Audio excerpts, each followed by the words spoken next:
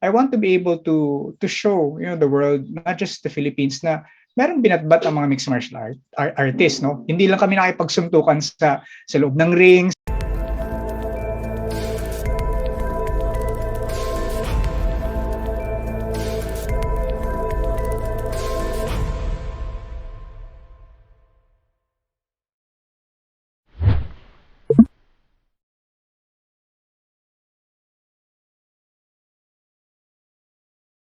Okay, that's a very great question. In the Philippines kasi, marami talagang pumapasok sa contact sports na nanggagaling sa, let's just say, an unfortunate or parang may hirap na backgrounds.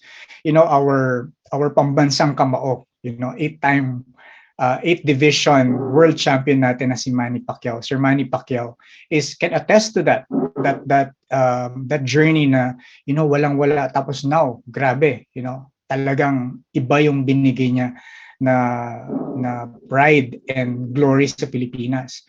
Now, in other countries, in other advanced countries, such as the US, in Europe, yung mga pumapasok sa martial arts also come from more established families. Mga tao na kayang gastusan yung mga professional fees ng mga instructors nila to train in very expensive gyms. So when that happens, meron kang difference in the terms of the type of athlete na meron ka.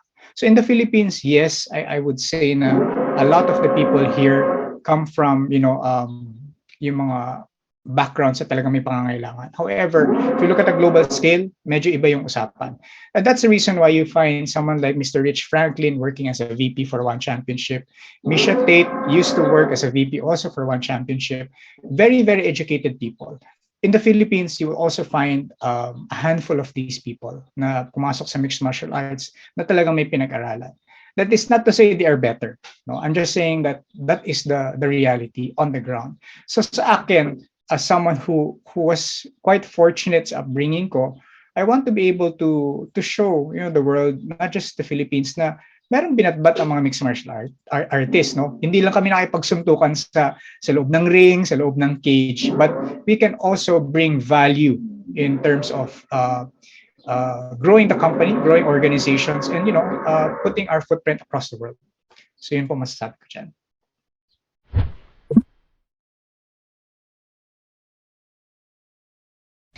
My biggest take in the show is that people can do what they need to do if they are inspired. So what do I mean by this? When I spoke to my colleagues, my co-competitors in one championship before, a lot of them, if not all of them, not all of us actually, were wondering if we could take on the business challenges and the physical tasks.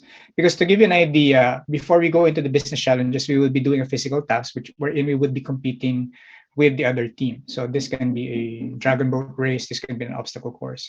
So pagod na pagod ka na doon sa physical challenge mo, tapos bibigyan ka ng business task that you have to complete in 2 to 3 days. So this is going to be like a week of 16 to 18-hour work days. And there was even a point na hindi kami natulog. Parang 24 hours kaming gising. Diretso na to the presentation. So if people are pushed to their limits, and assuming that you take it positively, like what we did, anong nangyari sa amin, we were able to do great things. We were able to accomplish all of the things na binigay sa amin. They may not be perfect, no? Let's put it that way, na parang may mga, of course, business challenges, may mga projects na hindi masyadong pulido, hindi masyadong magandang result, but we were able to accomplish them. And I think yun, very, very important yun. I think that is parang a trademark of a person who will succeed in this world. Yung going through so much and yet being able to achieve so much within the boundaries that are set, the pressure, time frame, etc., and the global, and a global audience watching you. So yun, medyo ibang level na yun. So in that sense, I think that if you believe you can, then definitely can.